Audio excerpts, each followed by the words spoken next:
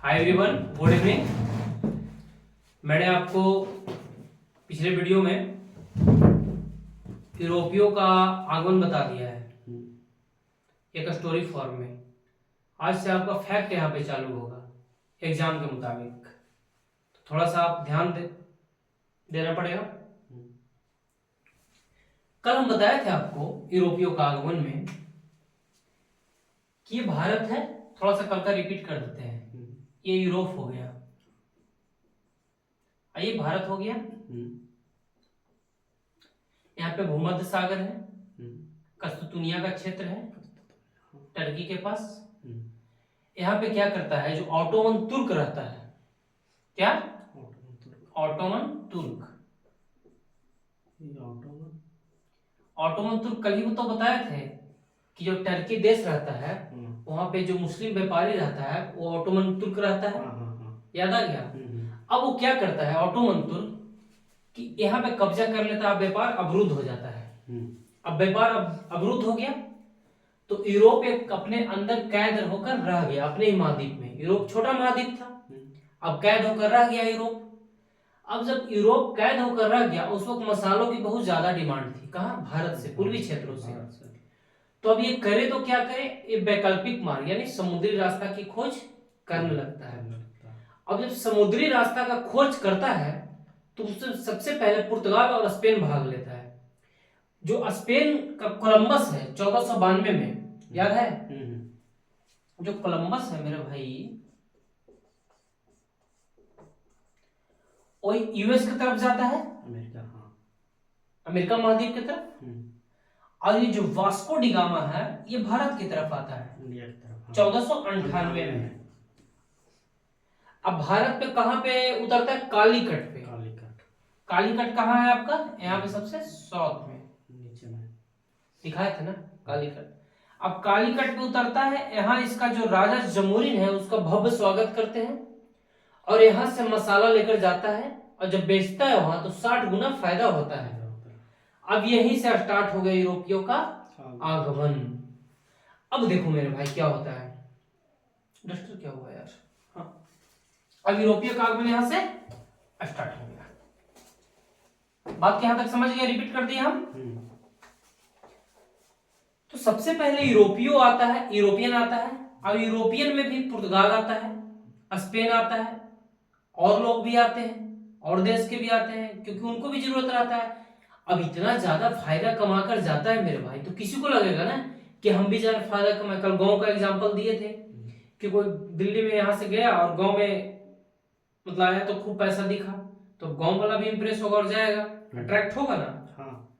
तो अब क्या है, जैसे कि बालू कर एक कोई उठाता है बालू तो दूसरा भी उठाता है ना बालू कि हमको भी फायदा होगा। तो सिर्फ वही केस यहाँ पे देखो। तो सबसे पहले जो पुर्तगाली आता है 1498 ईस्वी में आता है, ठीक है, 1498 में। अब पुर्तगाली की तरफ सबसे पहले कौन आता है? Vasco D gamma. याद रखना है। लेकिन फिर ये जब पुर्तगाली स्पेशल बताएंगे ना तो उसमें बताएंगे कि फ्रांसिसो द अल्मेडा आता है, अल्बुकर्क आता है, वायसराय बनकर आता है, तो बताएंगे पुर्तगाली जब स्पेशल होता है तो अभी चलेगा ये मतलब सब बोलता है कि भारत का खोज। हाँ, बहुत अच्छा क्वेश्चन तुम किए कि ये भारत की खोज वास्को डी गामा किया।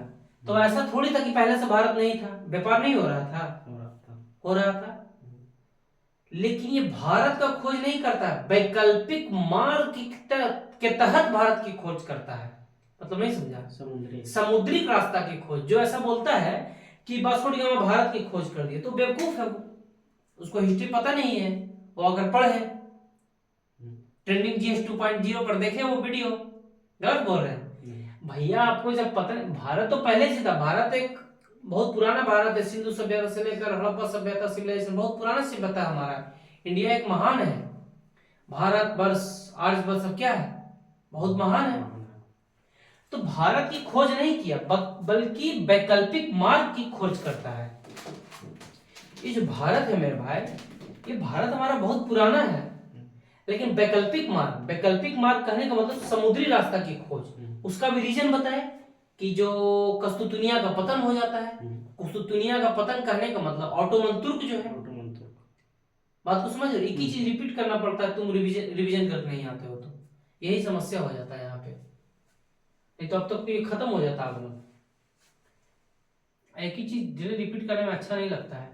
अब काली कट के बंदरगाह पे उतरता है, देखो ये सब कलम बता दिए थे, लेकिन कितना रिपीट करे भाई। जमोली, हाँ ऐसा जो राजा जमोरी ने भव्य स्वागत करता है, स्वागत करता है, हाँ।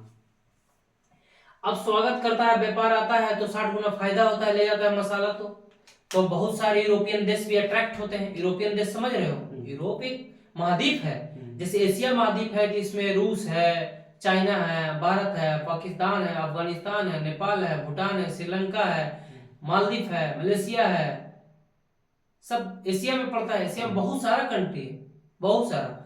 तो उसी प्रकार यूरोप में बहुत सारा कंट्री है, यूरोप महाद्वीप याद है ना, याद है ना। तो अब सबसे पहले पुर्तगाली आता है कब?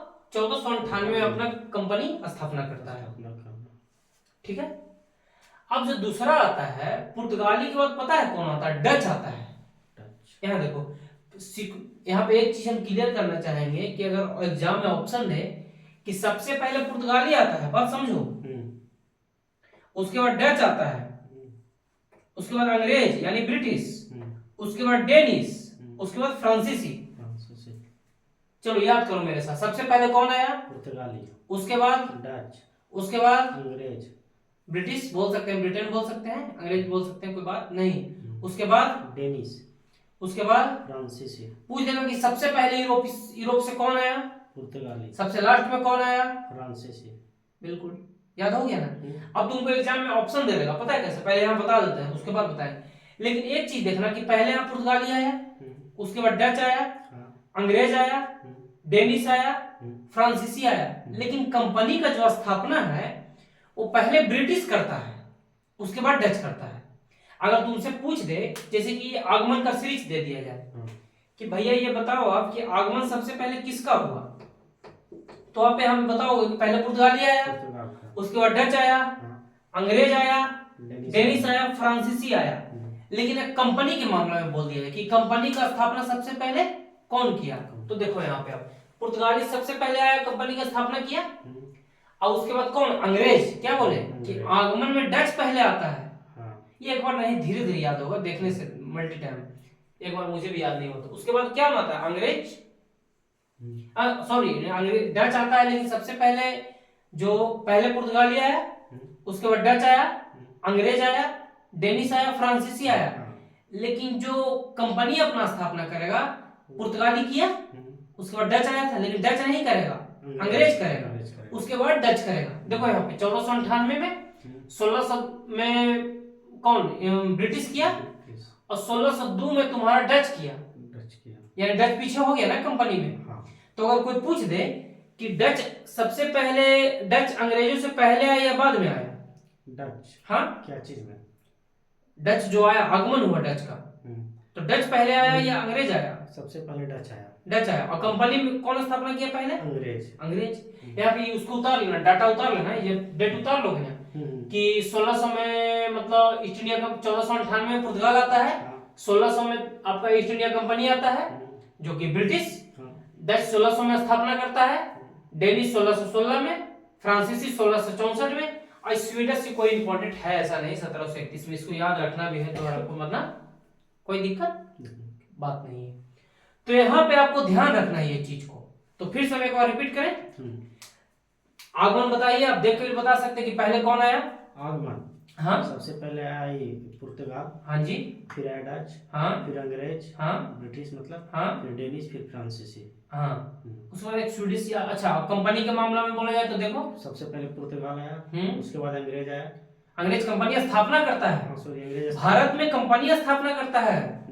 जैसे कि यही चीज नहीं समझ पाए ना, जैसे कि भारत है, तब यहाँ से व्यापार करने आया है, तो यहाँ व्यापारी कोठी खोलता है, छोटा छोटा कंपनी स्थापना करता है, कोठी रखने का, सामान रखने का, तभी तो माल का आयात निर्यात करेगा। मतलब ब्रिटेन भेजेगा, ब्रिटेन से यहाँ लाएगा, वहां भेजेगा, तभी तो शिप से भेजेगा। तो उसको कंपनी भी खोलता है। लास्ट में यही टकराव का कारण बनता है, यही तो किलाबंदी करने लगता है, जो पलासी का युद्ध हो जाता है, सिरेजो द्वारा विरोध करता है, फोर्ट विलियम करके। फिर से पलासी और बक्सर आएंगे हम, फिर से पुराना वाला पढ़ाए जो पूछेंगे कि भाई आप बताओ इस बार प्लासी बक्सर पूरा क्लियर कर देंगे, इस बार मराठा पूरा क्लियर कर देंगे। तो कहां से कहां जुट रहा है कि यहाँ पे जब आता है, यहाँ पे जब व्यापार, अब यहाँ पे कल से क्या बताएंगे, पुर्तगाली के बारे में स्पेशल बताएंगे, ब्रिटिश के बारे में स्पेशल बताएंगे, डच के बारे में बताएंगे, फ्रांसीसी के बारे में बताएंगे। डेनिश और स्वीडिश उतना कोई खास पढ़ने का है नहीं। तो फ्रांसीसी जो आता है सबसे लास्ट में आता है, 1664 में शायद आता है। हाँ आता है फ्रांसीसी, और सबसे ज्यादा ब्रिटिश को टक्कर देता है। एक डुप्ले नाम का गवर्नर रहता है, इतना चतुर और योग्य रहता है, इतना चतुर कि कहो मत, बहुत ज्यादा, मतलब सहायक संधि लाता है, मतलब इतना दिमाग से चतुर रहता है, नहीं कहो ही मत। डुप्ले, और डुप्ले रहता तो आज भारत में ब्रिटिश नहीं रहता, फ्रांसीसी रहता, फ्रांस का कब्जा रहता उस वक्त। जो हम लोग ब्रिटिश का गुलाम रहे ना 200 साल, फ्रांस का गुलाम रहते हम लोग। तो आपको आज ये याद करना है, ठीक है।